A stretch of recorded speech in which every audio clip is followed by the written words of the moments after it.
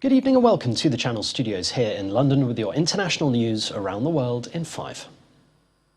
The COVID pandemic will go on for a year longer than it needs to because poorer countries are not getting the vaccines they need. That's according to the World Health Organization. This is what we need to change, and change as rapidly as possible. Dr. Bruce Aylward, senior leader at the World Health Organization, said it meant the COVID crisis could easily drag on deep into 2022. Less than 5% of Africa's population have been vaccinated, compared to 40% on most other continents. Angela Merkel has used her last EU summit as Chancellor to urge the bloc to find a solution with Poland. Rechtsstaatlichkeit ist ein Kern des Bestands der Europäischen Union. The outgoing Chancellor is trying to avoid a repeat of Brexit by preventing a Polish exit from the EU. It is expected to be her last European Council after her Christian Democrats lost national elections last month. Through targeted support to consumers and cuts of levy and taxes. Also on the agenda at the summit are COVID-19, climate change and the energy crisis. The man arrested after the fatal stabbing of MP Sir David Amess has been charged with murder and the preparation of terrorist acts. Ali Harbi Ali, aged 25 and from North London, has been charged with murder. Ali Harbi Ali, a 25-year-old British man of Somali heritage, was arrested following the attack at a constituency surgery in Essex in England. Sir David, a Conservative MP since 1983, suffered multiple stab wounds and died at the scene.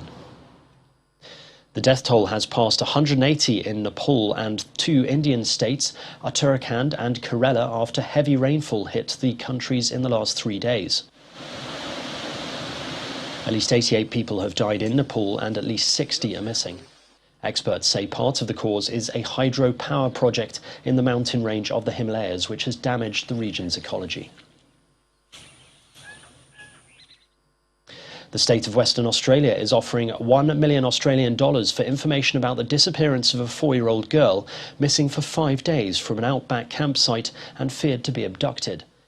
We're really interested in anybody that was at the Blowholes campsite from Friday the 15th. Cleo Smith was last seen in her family's tent at about 1:30 a.m. local time on Saturday.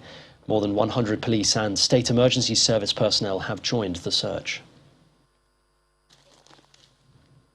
A huge gas explosion which killed 4 and injured more than 30 in China has been caught on camera.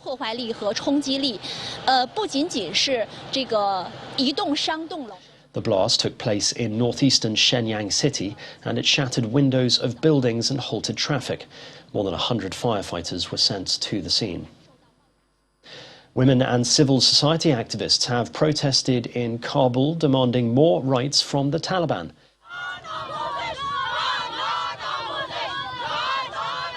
Many of them marched in the city holding signs for women's participation in social life as well as rights for education and employment. After 2 months, Afghan girls are still not allowed to go to school, and women are only allowed to access a small number of jobs. South Korea has launched its first homegrown rocket, which took off about 500 kilometers from the capital, Seoul.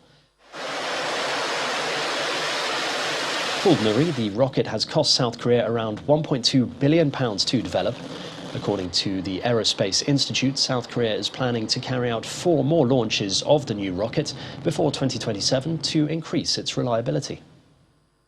Former President of the United States, Donald Trump, has announced the launch of his own social media platform after being banned from Twitter, Facebook and YouTube.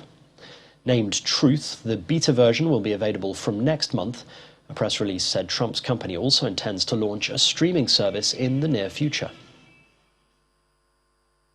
And finally, the fossilized remains of the largest Triceratops dinosaur ever discovered could fetch up to €1.5 million at a Paris auction. Named Big John, paleontologists unearthed the first piece of bone in 2014. He roamed the lands of modern-day South Dakota more than 66 million years ago. The skull alone is 2.6 meters in length, nearly a third of his overall body length, and 2 meters wide.